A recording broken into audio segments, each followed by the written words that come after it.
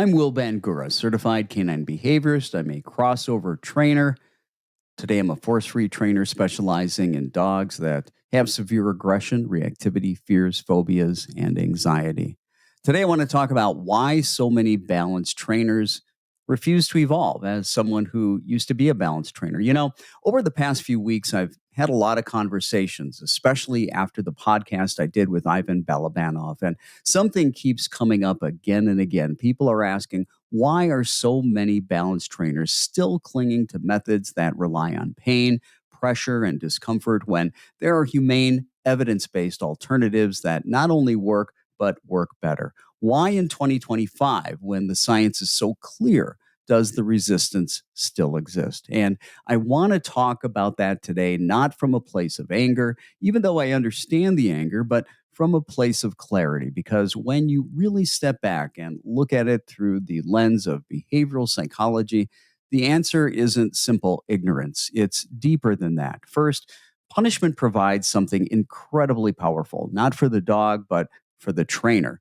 When a trainer presses a button or gives a leash correction and the behavior stops right then and there in that moment, the trainer is the one who gets reinforced. The immediacy of that suppression feels like control. It feels like success. It gives the illusion that the behavior problem has been solved. And the human brain loves immediacy. It loves quick wins, even when they're superficial. Second, many of these trainers come out of communities where aversive methods are the norm. Their mentors used them, their peers used them, their professional identity was built on them. And when your identity is built around a particular way of doing things, new information doesn't feel like information, it feels like a threat.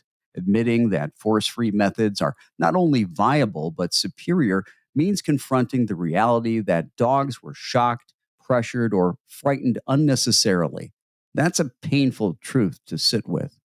Third, embracing the science requires confronting something uncomfortable. If someone has relied on punishment for years, accepting the evidence means acknowledging harm. It means acknowledging that emotional fallout, fear responses, and stress related behaviors were not necessary steps. They were side effects of a method that could have been replaced with something better. And for many people, that's simply too big of a psychological leap. Fourth, positive reinforcement and force free work demand skill. They demand observation, timing, functional analysis, and the ability to read subtle behavior patterns. They require you to understand fear, anxiety, arousal, thresholds, conditioned emotional responses, all of it. In other words, they require growth. Growth is uncomfortable, and comfort is the enemy of evolution.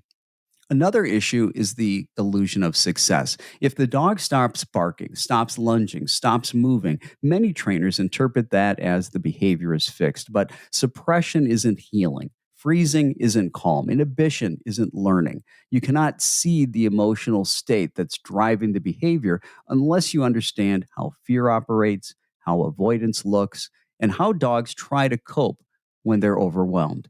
If you don't understand those processes, you misinterpret the entire picture. And then there's identity. Once someone has tied their professional identity to a particular set of tools, any criticism of those tools becomes personal. Instead of evaluating evidence, they defend a worldview. When training becomes part of somebody's identity rather than part of their education, science becomes the enemy. So when people ask, why are so many balanced trainers ignoring the science? The answer isn't that they're unintelligent.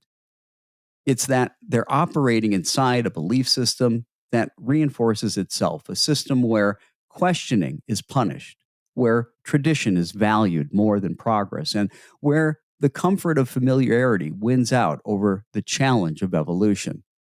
But here's where I land on all of this. I am going to continue advocating for methods rooted in learning theory, behavioral psychology, effective neuroscience, and animal welfare. I'm going to continue pushing for training practices that focus on changing the dog's emotional state instead of shutting down their behavior. I'm going to continue calling out harmful practices when I see them, and I'm going to do it because dogs deserve better and because the science is overwhelmingly clear. Force free work is not a trend. It is not a philosophy. It is not a feel good alternative. It is the direction the entire field is moving in as the evidence accumulates. And it is the only approach that protects the dog's emotional well being while producing reliable, lasting, humane behavior change. So, if you've been frustrated, if you've been shaking your head, wondering why so many trainers still hold on to punishment, remember this: change doesn't happen because somebody wants to protect their comfort zone. Change happens because those who know better keep speaking up. And I will keep speaking up.